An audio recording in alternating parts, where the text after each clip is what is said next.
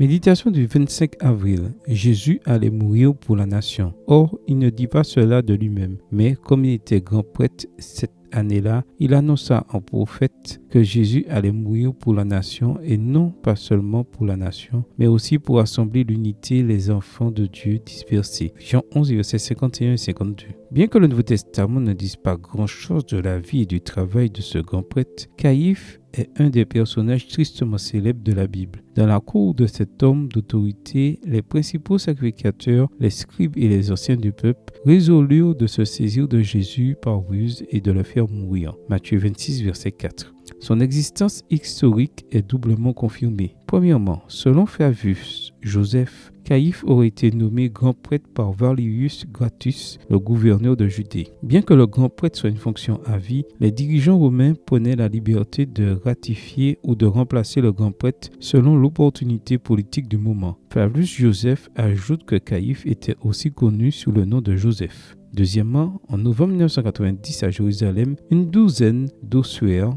ont été trouvés. L'un d'eux contenait l'inscription Yosef Bar Caïpha et un grand nombre de chercheurs pensent qu'il s'agit peut-être de l'ossuaire du Caïphe des évangiles. Dans l'évangile de Jean, Caïphe apparaît comme occupant une fonction prophétique. L'un d'eux, Caïphe, qui était souverain sacrificateur cette année-là, leur dit « Vous n'y entendez rien, vous ne vous rendez pas compte qu'il est avantageux pour vous qu'un seul homme meure pour le peuple et que la nation entière ne périsse pas. » Jean 11, versets 49 et 50. Jean poursuit en interprétant cette prophétie. Or, il ne dit pas cela de lui-même, mais comme il était grand prêtre cette année-là, il annonça en prophète que Jésus allait mourir pour la nation, et non pas seulement pour la nation, mais aussi pour assembler l'unité les enfants de Dieu dispersés.